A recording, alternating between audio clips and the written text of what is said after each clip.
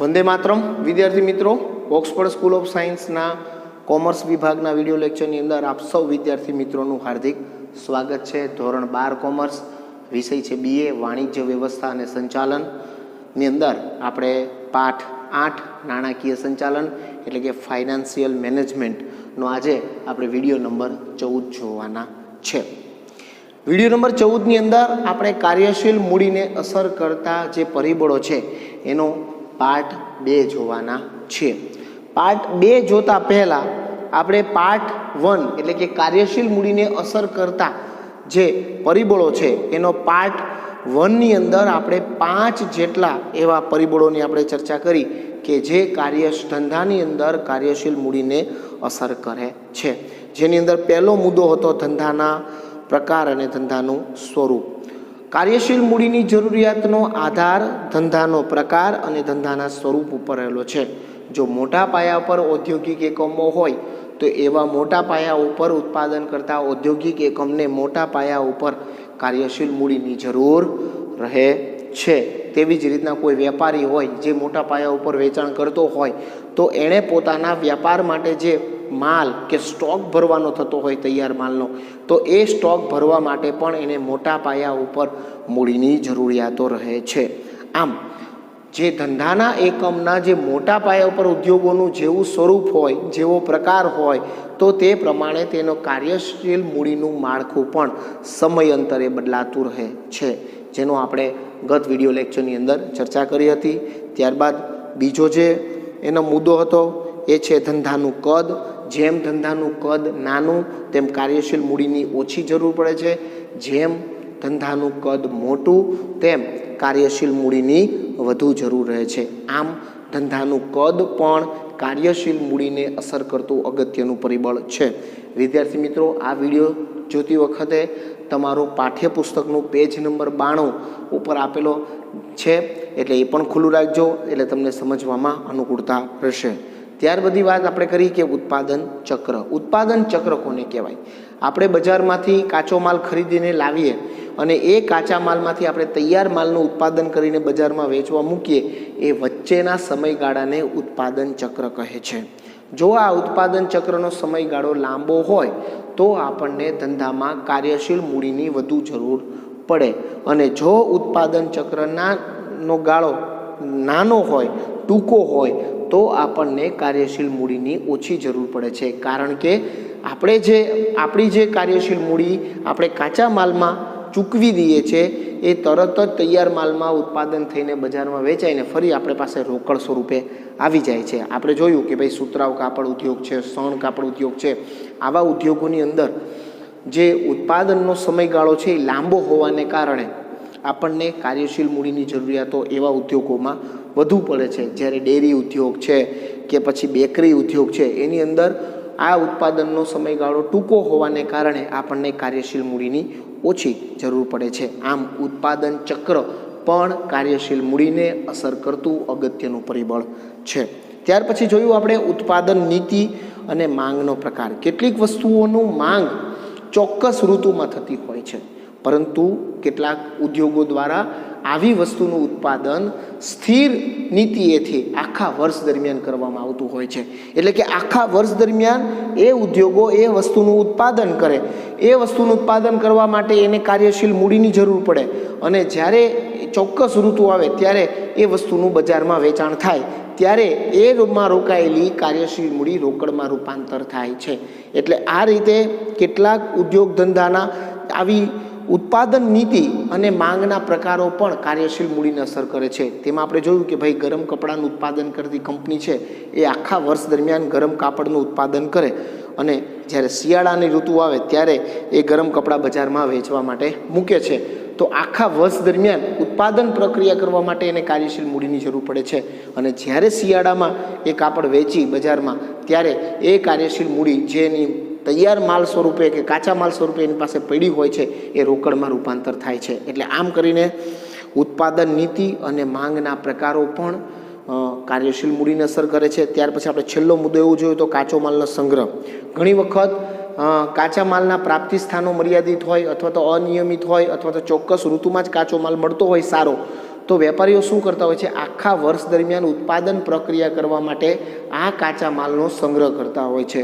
એટલે આખા વર્ષ દરમિયાન ઉત્પાદન જે પ્રક્રિયા માટે જે કાચા માલની જરૂર પડતી હોય છે એ કાચો માલનો તે લોકો શું કરી દેતા હોય છે, તો કે સંગ્રહ કરતા હોય છે. આમ સંગ્રહ કરવા પાછળ પણ એમની ઘણી બધી કાર્યશીલ મૂડી રોકાઈ જતી હોવાને કારણે પણ કાર્યશીલ મૂડીની જરૂર પડે છે. હવે વિદ્યાર્થી મિત્રો, ગત વિડીયો લેક્ચર 13ની અંદર એટલે કે કાર્યશીલ મૂડીને અસર કરતા જે પરિબળોના પાર્ટ 1ની અંદર આપણે 5 જેટલા કાર્યશીલ મૂડીને અસર કરતા પરિબળોની આપણે ચર્ચા કરી હતી. આજે આપણે બીજા 5 જે પરિબળો છે એની ચર્ચા કરવાનો છે. એમાં આપણો જે આજને કાર્યશીલ મૂડીને અસર કરતો 6થો મુદ્દો છે શાખ નીતિ, 7મો મુદ્દો છે ચાલુ મિલકતનું રોકડમાં રૂપાંતર ઘણી વખત થઈ જતું હોય છે. ત્યાર પછી સ્ટોક ચલનનો દર, ત્યાર પછી 9મો મુદ્દો છે કામગીરીની કાર્યક્ષમતા અને 10મો મુદ્દો જે છે એ છે નફાની ફાળવણી. તો આપણે જે પાર્ટ 2 છે એની અંદર પણ પાર્ટ 1ની અંદર આપણે જે 5 પ્રકારના આપણે મુદ્દાઓની ચર્ચા કરી કે જે ધંધાકીય એકમની કાર્યશીલ મૂડીને અસર કરે છે. હવે બીજા 5 પ્રકાર એટલે કે 6 થી 10 નંબર સુધીના જે આપણે કાર્યશીલ મૂડીને અસર કરતા પરિબળોની ચર્ચા કરવાના છે. તમે અગાઉના વિડીયો લેક્ચરની અંદર પણ કાર્યશીલ મૂડીને અસર કરતા જે પરિબળોની નોંધ તમારા ક્લાસ વર્ગની નોટમાં કરી હતી. હવે બાકી રહેલા આ 5 મુદ્દા છે 6 થી 10 એની પણ તમે તમારા ક્લાસ વર્ગની નોટની અંદર નોંધ કરવાની છે. તો વિદ્યાર્થી મિત્રો, હવે આપણે એક પછી એક જે આપણા પાર્ટ 2ના વિડીયોની અંદર કાર્યશીલ મૂડીને અસર કરતા જે પરિબળો છે એ પરિબળોની આપણે હવે ચર્ચા કરવાના છીએ. એમાં સૌથી પહેલો એટલે કે 6થો મુદ્દો છે શાખ નીતિ. તમે કોઈ પણ ધંધો વેપાર કરતા હોય, ઉદ્યોગ ચલાવતા હોય, કંપની ચલાવતા હોય તો તમે તમારી એક શાખ નીતિ નક્કી કરતા હોય છે. ઘણી વખત આપણે વસ્તુનું ઉત્પાદન કરીને જે વેપારીઓને વસ્તુ વેચવા માટે આપતા હોય છે એ વેપારીઓને ઘણી વખત આપણે વસ્તુ રોકડમાં વેચતા હોય, ઘણી વખત શાખ ઉપર એટલે કે ઉધાર પણ વેચતા હોય કે ભાઈ હમણાં માલ લઈ જા અને અઠવાડિયામાં, 15 દિવસમાં, 20 દિવસમાં આ માલનું પેમેન્ટ આપી દેજે. અથવા તો આપણે પણ આપણા ઉત્પાદન પ્રક્રિયા માટે જે કાચો માલ લાવતા હોય અન્ય વેપારીઓ પાસેથી કે અન્ય ખેડૂતો પાસેથી, તો એ ખેડૂતોને પણ જો એ ખેડૂત પાસેથી આપણને પણ ઘણી વખત શાખ ઉપર કાચો માલ મળતો હોય અથવા તો એ માલ આપણે રોકડમાં લેવો પડતો હોય, તો આ બધી જે આપણી શાખ નીતિ છે એ પણ કાર્યશીલ મૂડીને અસર કરે છે. કઈ રીતે અસર કરે છે તો એની આપણે વાત કરીએ. તો સૌથી પહેલાં એમ કહેવામાં આવ્યું છે કે તમે જે તૈયાર માલનું કાચા માલમાંથી તૈયાર માલમાં ઉત્પાદન કરો છો, બરાબર, તમારી પાસે જે ચાલુ મિલકતો હોય, કાર્યશીલ મૂડી હોય, એ કાર્યશીલ મૂડી જે તમારી પાસે હોય એ મૂડી કાર્યશીલ મૂડીથી દ્વારા તમે તમારા ઉદ્યોગ કે ધંધામાં ઉત્પાદન કરવા માટે શું લાવતા હોય છે, તો કે કાચો માલ શું કરતા હોય છે, આપણે ખરીદતા હોય છે. હવે એ કાચા માલના ખરીદવા પાછળ આપણી કાર્યશીલ મૂડી શું થઈ જતી હોય છે, રોકાઈ જતી હોય છે. હવે એ કાચા માલમાંથી જો આપણે તૈયાર માલનું ઉત્પાદન કરીને વેચાણ જો રોકડમાં કરતા હોય છે તો ફરી આપણી જે કાર્યશીલ મૂડી કાચા માલમાં રોકાઈ હતી, કાચા માલમાંથી તૈયાર માલમાં થઈ અને તૈયાર માલમાંથી ફરી વેચાણ રોકડમાં થતું હોવાને કારણે ફરી આપણી પાસે રોકડ સ્વરૂપે આવી જતું હોવાને કારણે આપણને કાર્યશીલ મૂડીની જરૂરિયાતો ઓછી પડે છે. જો આપણે આપણા ધંધાની અંદર આપણે જે વસ્તુનું ઉત્પાદન કરીએ છીએ એ વસ્તુનું ઉત્પાદન જો આપણે બજારમાં રોકડ સ્વરૂપે વેચાણ કરતા હોય છે તો આપણી કાર્યશીલ મૂડી જે છે એ ઝડપથી કાચા માલમાંથી તૈયાર માલમાં, તૈયાર માલમાંથી રોકડ સ્વરૂપમાં રૂપાંતર થઈ જતી હોવાને કારણે વધુ કાર્યશીલ મૂડીની જરૂર રહેતી નથી. પરંતુ જો આપણે ઉત્પાદન કરેલો માલ જો શાખ ઉપર એટલે કે ઉધાર વેચવાની નીતિ આપણે અપનાવવામાં આવે તો આપણને કાર્યશીલ મૂડીની વધુ જરૂર પડે છે. દાખલા તરીકે આપણે પાસે જે કાર્યશીલ મૂડી હતી એ કાર્યશીલ મૂડીમાંથી આપણે કાચો માલ ખરીદી આવ્યા, એ કાચા માલને આપણે પેમેન્ટ કરી દીધું, એટલે કે આપણી પાસે જે રોકડ સ્વરૂપે કાર્યશીલ મૂડી હતી એ તો કાચા માલમાં રોકાઈ ગઈ. એ કાચો માલમાંથી આપણે તૈયાર માલ બનાવ્યો, એ તૈયાર માલ આપણે પાછો ઉધાર વેચ્યો, તો પછી આપણી કાર્યશીલ મૂડી જે છે જે રોકડમાંથી કાચા માલમાં અને કાચા માલમાંથી તૈયાર માલમાં થઈ, એ તૈયાર માલમાંથી રોકડ સ્વરૂપમાં રૂપાંતર થતી નથી. પરંતુ આપણા ધંધાની જરૂરિયાત માટે તો આપણને કાર્યશીલ મૂડીની જરૂર પડે. તો જે આપણી કાર્યશીલ મૂડી અહીંયા બ્લોક થઈ જાય છે કે રોકાઈ જાય છે, એટલા માટે આપણે ધંધા માટે બીજી કાર્યશીલ મૂડી બહારથી લાવવી પડે છે.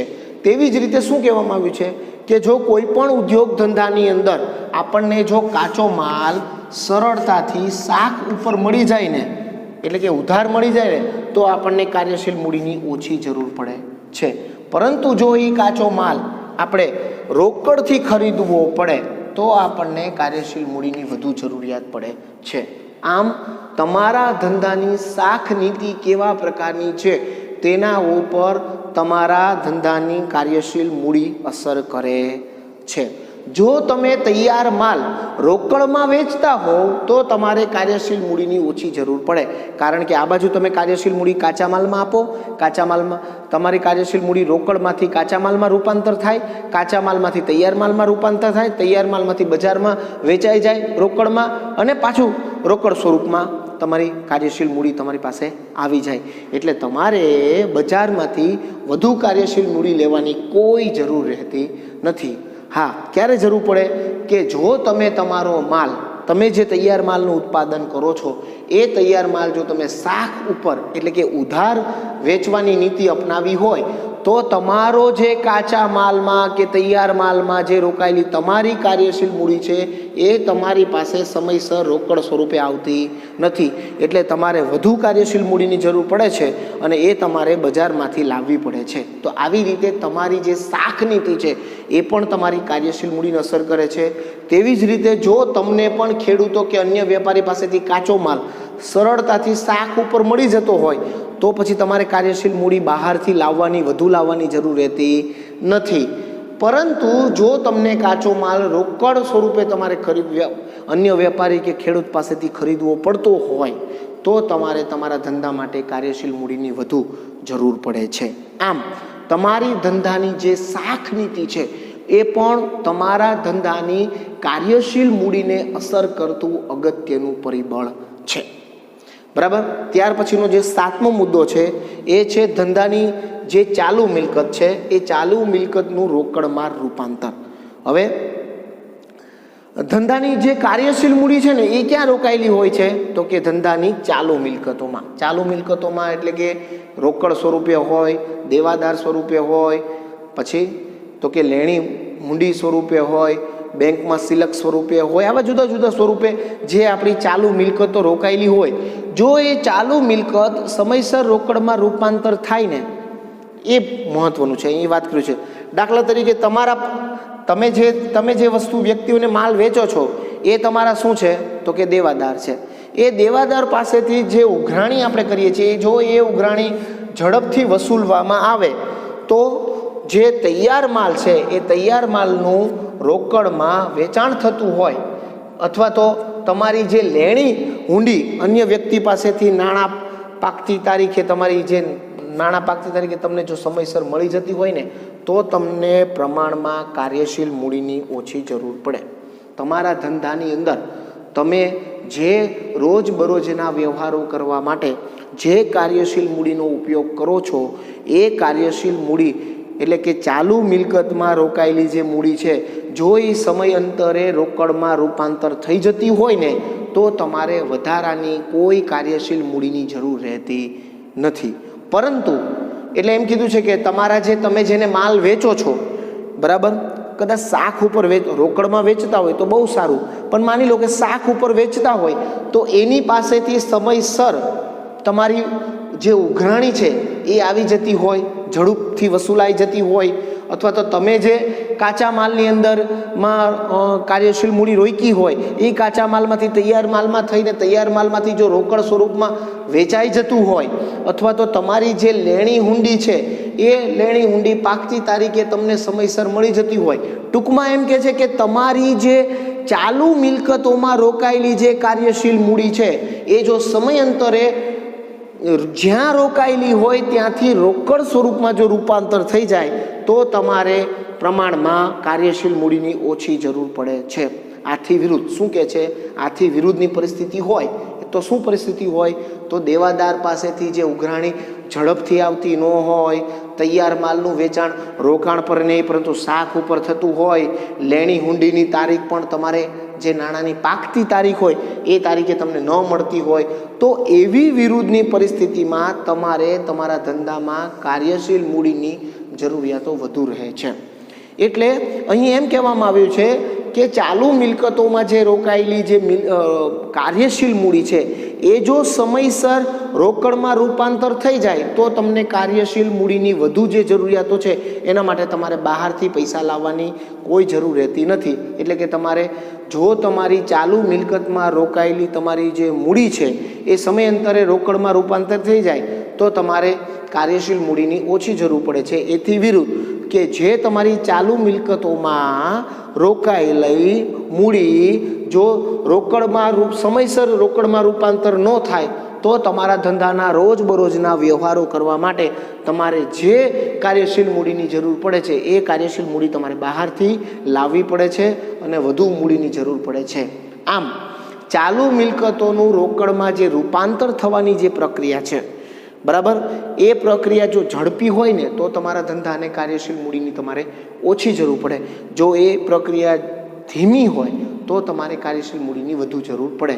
આમ કાર્યશીલ મૂડીને અસર કરતા પરિબળોમાં ચાલુ મિલકતોમાં રોકાયેલી જે મૂડી છે એ મૂડી રોકડમાં રૂપાંતર થાય એ પણ એની કાર્યશીલ મૂડીને અસર કરતું એક અગત્યનું પરિબળ છે. આમ તમારા ધંધાની અંદર આપણે કીધું ને ચાલુ મિલકતોની અંદર રોકાયેલી આ કાર્યશીલ મૂડી જેમ આપણા શરીરની અંદર જીવન રક્ત એટલે કે લોહી આખા શરીરમાં ફેરા રાખે છે, તેમ આ ધંધાની અંદર આ કાર્યશીલ મૂડી છે એ પણ એક સ્વરૂપમાંથી બીજા સ્વરૂપમાં, બીજા સ્વરૂપમાંથી ત્રીજા સ્વરૂપમાં, ત્રીજા સ્વરૂપમાંથી ફરી પહેલા સ્વરૂપમાં એટલે કે રોકડમાંથી કાચા માલમાં, કાચા માલમાંથી અર્ધ તૈયાર માલમાં, અર્ધ તૈયારમાંથી તૈયાર માલમાં, તૈયાર માલમાંથી ફરી રોકડમાં રૂપાંતર થવાની જે પ્રક્રિયા છે એ પ્રક્રિયા પણ કાર્યશીલ મૂડીને અસર કરતું અગત્યનું પરિબળ છે. ત્યાર પછીનું આપણું કાર્યશીલ મૂડીને અસર કરતું બીજું અગત્યનું પરિબળ છે એ છે સ્ટોક ચલન. સ્ટોક ચલન એટલે કે તૈયાર માલ જે હોય ને, પરીક્ષાની અંદર પૂછાય કે સ્ટોક ચલન એટલે શું, બરાબર. આ સ્ટોકની અંદર આપણે ધંધાકીય એકમની અંદર ત્રણ પ્રકારનો આમ તો સ્ટોક જોવા મળે. એક છે કાચો માલ, બીજું છે અર્ધ તૈયાર માલ અને ત્રીજું છે તૈયાર માલ. હવે આપણી પાસે જે મૂડી હોય કાર્યશીલ મૂડી, એ કાર્યશીલ મૂડી પહેલા આપણી પાસે કેવા સ્વરૂપમાં હોય તો કે રોકડ સ્વરૂપમાં હોય, બરાબર. હવે એ રોકડ સ્વરૂપમાંથી આપણે એ કાર્યશીલ મૂડીમાંથી શું લઈએ? ઉત્પાદન કરવા માટે કાચો માલ રહી. એટલે આપણી કાર્યશીલ જે મૂડી આપણી પાસે રોકડ સ્વરૂપે હતી એ શામાં રોકાઈ ગઈ તો કે કાચા માલમાં રોકાઈ ગઈ. હવે કાચા માલમાંથી સૌથી પહેલાં એ અર્ધ તૈયાર માલ થાય, અર્ધ તૈયાર માલથી તૈયાર માલ થાય અને ફરી તૈયાર માલ જ્યારે બજારમાં વેચાય ત્યારે રોકડમાં રૂપાંતર થશે. હવે જો આ તૈયાર માલનો સ્ટોકનું ચલણ દર ઊંચો હોય, એટલે કે તૈયાર માલ જેવી વસ્તુનું ઉત્પાદન થાય ને બજારમાં જઈને વેચાઈ જાય, રોકડમાં રૂપાંતર થઈ જાય, તો આપણને વધારાની કાર્યશીલ મૂડીની જરૂરિયાત ઓછી રહે છે. અહીં સ્ટોક ચલણ દર એટલે વેચાણ દરની વાત કરવામાં આવી છે. જો તમે જે વસ્તુનું ઉત્પાદન કરો છો એ વસ્તુનું બજારમાં જે વેચાણ થાય છે ને, જે ઝડપે વેચાણ થાય છે ને, એ ઝડપને અહીં શું કહેવામાં આવ્યું છે? સ્ટોક ચલણ દર. એટલે જો તમારા ધંધાકીય એકમ દ્વારા ઉત્પાદન કરવામાં આવતો તૈયાર માલનો સ્ટોક ચલણ દર ઊંચો હોય, એટલે તમે જે તમારી પાસે જે કાર્યશીલ મૂડી હતી એ કાર્યશીલ મૂડીનું તમે સૌથી પહેલાં કાચા માલમાં રોકાણ કરો છો, કાચા માલમાંથી અર્ધ તૈયાર માલમાં રોકાણ થાય, અર્ધ તૈયાર માલમાંથી તૈયાર માલમાં રોકાણ થાય, તૈયાર માલ વેચાઈ જાય એટલે ફરી રોકડમાં તમને મળી જાય. એમ જ કીધું છે કે તૈયાર માલનો સ્ટોક ચલણ જો ઊંચો હોય, એટલે કે આ તૈયાર માલનું વેચાણ જેટલી ઝડપે થાય ને એટલી ઝડપે આ કાચા માલમાં કે અર્ધ તૈયાર માલમાં કે તૈયાર માલમાં તમારી જે મૂડી રોકાયેલી છે ને એ ઝડપથી તમને પાછી પરત મળી જાય. અને જેટલી મૂડી તમને ઝડપથી પાછી મળે એટલે તમારે કાર્યશીલ મૂડીની જરૂરિયાત ઓછી રહે. કારણ કે અહીં કાર્યશીલ મૂડીનો જે રૂપાંતર દર છે એ કેવો છે? ઝડપથી છે. રોકડમાંથી કાચા માલમાં, કાચા માલમાંથી તૈયાર માલમાં, પાછું તૈયાર માલમાંથી રોકડમાં, રોકડમાંથી પાછો કાચા માલમાં, એની જે ચલણ દર છે એ ઝડપી બને છે. એટલે ટૂંકમાં એમ કહેવામાં આવ્યું છે કે તૈયાર માલનો સ્ટોક નો ચલણ દર જો ઊંચો હોય, આપણો જે તૈયાર માલ છે એ ઝડપથી વેચાઈ જતો હોય ને, તો આપણને કાર્યશીલ મૂડીની ઓછી જરૂર પડે. જ્યારે જો સ્ટોકનો ચલણ દર નીચો હોય તો આપણને કાર્યશીલ મૂડીની શું છે, સોરી અહીંયા ખોટું લખાયું છે, વધુ જરૂર રહે છે. બરાબર. જો જ્યારે તમારા સ્ટોકનો ચલણ દર નીચો હોય, તમારું વેચાણ નીચું થતું હોય છે, તો તમારે કાર્યશીલ મૂડીની વધુ જરૂર રહે છે. કારણ કે તમારી જે કાર્યશીલ મૂડી છે એ તમારી કાર્યશીલ મૂડી શામાં રોકાયેલી હોય છે? તો કે તૈયાર માલમાં રોકાયેલી હોય છે. એ તૈયાર માલ બજારમાં ઝડપથી વેચાય તો તમારું જે એ તૈયાર માલમાં તમારી જે મૂડી રોકાયેલી હોય છે એ રોકડમાં રૂપાંતર થાય. અને રોકડમાં રૂપાંતર થાય તો તમારે વધુ કાર્યશીલ મૂડીની જરૂર રહેતી નથી. પરંતુ અહીં જે સ્ટોક ચલણનો દર છે એ પણ કાર્યશીલ મૂડીને અસર કરે છે. જેમ તમારા ધંધાકીય એકમમાં તૈયાર માલનો સ્ટોક ચલણ દર ઊંચો તો કાર્યશીલ મૂડીની જરૂરિયાત ઓછી હોય છે. અને જો તમારો સ્ટોક ચલણ દર નીચો હોય તો તમારી કાર્યશીલ મૂડીની જરૂરિયાતો વધુ રહે છે. કારણ કે આ જ તમારા જે તૈયાર માલ હોય છે તેની અંદર તમારા ધંધાની શું હોય છે? તો કે કાર્યશીલ મૂડી રોકાયેલી હોય છે. આવી રીતના સ્ટોક ચલણ દર પણ શું છે? તો કે કાર્યશીલ મૂડીને અસર કરતું અગત્યનું પરિબળ છે. ત્યાર પછી તમારા ધંધાની કામગીરીની કાર્યક્ષમતા. બરાબર. જેને આપણે શું કહે છે? સંચાલકીય કામગીરીની ક્ષમતા. જેમ તમારી સંચાલકીય કામગીરીની ક્ષમતા ઊંચી હોય ને એમ તમને કાર્યશીલ મૂડીની જરૂરિયાત ઓછી પડે. અને જેમ તમારી સંચાલકીય કામગીરીની ક્ષમતા નીચી હોય તેમ તમને કાર્યશીલ મૂડીની વધુ જરૂર પડે. કારણ કે હવે સૌથી પહેલાં એમ વાત કહેવામાં આવી છે કે સંચાલકીય કામગીરીની ક્ષમતા કેવી રીતે માપવામાં આવે? તો કોઈ પણ ધંધાકીય એકમના ઓછા પ્રયત્ન કરીને વધુ પરિણામ મેળવતી હોય ને, જે પણ ધંધાકીય એકમ ઓછા પ્રયત્ન કરી ને વધુ સારા પરિણામો મેળવતી હોય ને, તો એ બાબતને ધ્યાનમાં રાખીને સંચાલકીય કામગીરીની ક્ષમતા માપવામાં આવે છે. ઓછા પ્રયત્ન કરી વધુ પરિણામ આવે તો સંચાલકીય કામગીરી ક્ષમતા ઊંચી કહેવાય.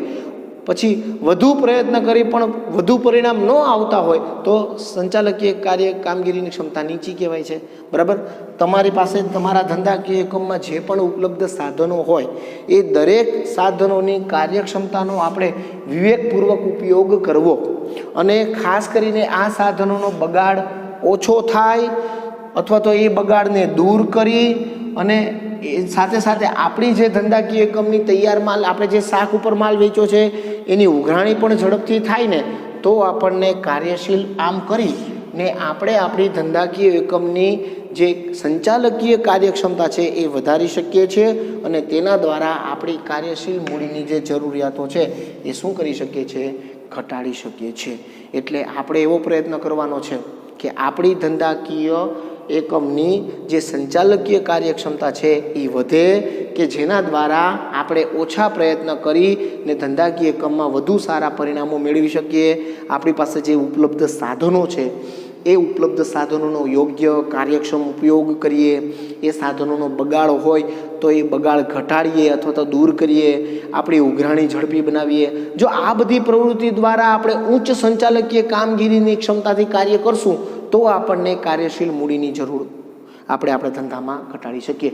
અને શક્ય હોય તો દરેક ધંધાકીય એકમે એવા જ પ્રયત્ન કરવાના કે જેથી સંચાલકીય કામગીરી ક્ષમતા વધે, જેથી આપણે આપણી જે કાર્યશીલ મૂડી છે એની જરૂરિયાતો આપણે પ્રમાણમાં ધંધામાં ઘટાડી શકીએ. તો આવી રીતે કામગીરીની કાર્યક્ષમતા પણ કાર્યશીલ મૂડીને અસર કરતું એક અગત્યનું પરિબળ છે. ત્યાર પછી નફાની ફાળવણી. બરાબર. મોટાભાગના ધંધાઓની અંદર તમે જોયું કે નફાની જે ફાળવણી હોય ધંધામાં થતી હોય છે એ ડિવિડન્ડ સ્વરૂપે કરવામાં આવતી હોય છે અને આ ડિવિડન્ડ હંમેશા રોકડ સ્વરૂપે કરવામાં આવે. હવે જુઓ, ધંધાની અંદરથી જે પણ આપણને નફો થાય એ નફાનો મોટો ભાગ આપણે ડિવિડન્ડ સ્વરૂપે રોકડ સ્વરૂપે આપણે શેર હોલ્ડરને આપી દેવો પડતો હોય તો આપણા ધંધાના રોજબરોજના જે બીજા ખર્ચાઓ છે, બીજી જરૂરિયાતો છે એ પૂરી પાડવા માટે આપણે જે મૂડીની જરૂર પડે તો એ મૂડી આપણે શું કરવું પડે છે? બહારથી લાવવી પડે છે.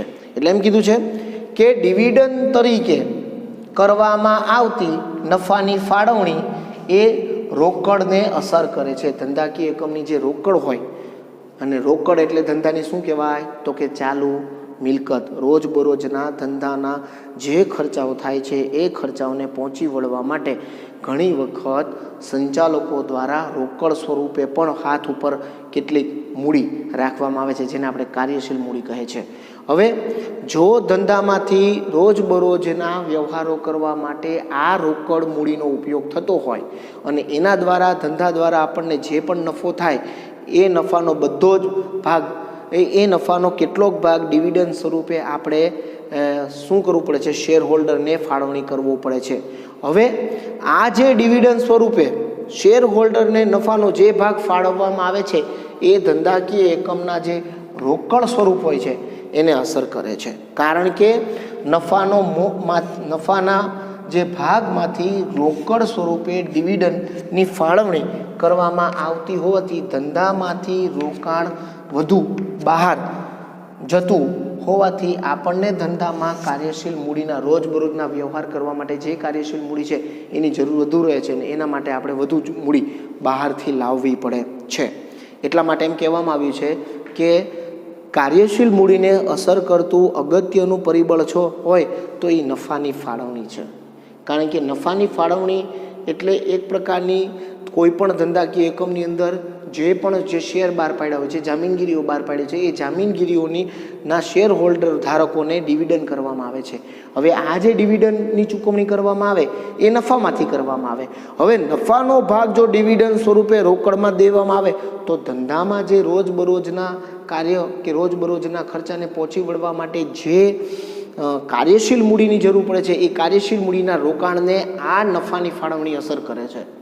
કારણ કે જે રોજબરોજના ખર્ચા માટે જે મૂડીની જરૂર પડતી હોય એ મૂડી તો નફા દ્વારા જે મૂડી કમાઈને આવે એ ખરેખર કાર્યશીલ મૂડી તરીકે રોજબરોજના ખર્ચામાં વાપરવાની જગ્યા પર ડિવિડન્ડ સ્વરૂપે શેર હોલ્ડરને આપી દેવામાં આવે તો નફાનો ભાગ જો શેર હોલ્ડર વચ્ચે વેચી દેવામાં આવતો હોય અને રોજબરોજના ખર્ચા કરવા માટે બહારથી મૂડી લાવવી પડતી હોય તો એ કાર્યશીલ મૂડીને અસર કરતું અગત્યનું પરિબળ કહી શકાય.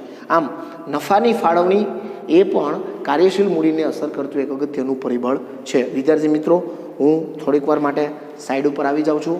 તમે તમારી ક્લાસ વર્ગની નોટની અંદર ફરી નોંધ કરી લેજો. કાર્યશીલ મૂડીને અસર કરતા પરિબળો પાર્ટ 2ની અંદર આપણે છઠ્ઠો જે મુદ્દો છે એ છે આપણા ધંધાકીય એકમની શાખ નીતિ. બરાબર, ઘણી વખત ધંધાકીય એકમ દ્વારા તૈયાર માલનું વેચાણ રોકડથી કરવામાં આવતું હોય તો કાર્યશીલ મૂડીની ઓછી જરૂર પડે, પરંતુ જો શાખ ઉપર વેચાણ નીતિ અપનાવવામાં આવે તો કાર્યશીલ મૂડીની વધુ જરૂરિયાત પડે છે. તેવી જ રીતે ઉદ્યોગપતિઓને એટલે કે ધંધાકીય એકમને જે કાચો માલ સરળતાથી શાખ ઉપર જો મળી રહે ને તો એને કાર્યશીલ મૂડીની ઓછી જરૂર પડે છે. અને જો કાચો માલ ઉદ્યોગપતિએ રોકડથી ખરીદવો પડતો હોય છે તો કાર્યશીલ મૂડીની જરૂરિયાતો વધુ રહે છે. આમ શાખ નીતિ પણ કાર્યશીલ મૂડીને અસર કરતું અગત્યનું પરિબળ છે.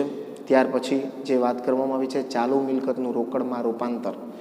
ચાલુ મિલકતોમાં જે મૂડી રોકાયેલી હોય છે એને કાર્યશીલ મૂડી કહે છે. બરાબર, હવે ઉદ્યોગપતિ કે ઉદ્યોગો દ્વારા જે વસ્તુનું શાખ ઉપર વેચાણ કરવામાં આવ્યું હોય એ શાખનું જે દેવાદારો છે તેની પાસેથી ઉઘરાણી જો ઝડપથી વસૂલવામાં આવતી હોય, તૈયાર માલનું રોકાણમાં વેચાણ થતું હોય, લેણી હુંડીના નાણાં પાકતી તારીખે મળી જતા હોય ને તો પ્રમાણમાં કોઈ પણ ધંધાકીય એકમને કાર્યશીલ મૂડીની ઓછી જરૂર પડે. પરંતુ આથી વિરુદ્ધ પરિસ્થિતિ એટલે કે જો દેવાદારો પાસેથી ઉઘરાણી ઝડપથી ન આવતી હોય, તૈયાર માલનું રોકાણમાં વેચાણ થતું ન હોય, લેણી હુંડીના નાણાં પાકતી તારીખે પરત ન આવતા હોય તો પછી કાર્યશીલ મૂડીની જરૂર પડે અને એના માટે બહારથી આપણે કાર્યશીલ મૂડી લાવવી પડે. ત્યાર પછી 8મો મુદ્દો છે સ્ટોક ચલણ દર.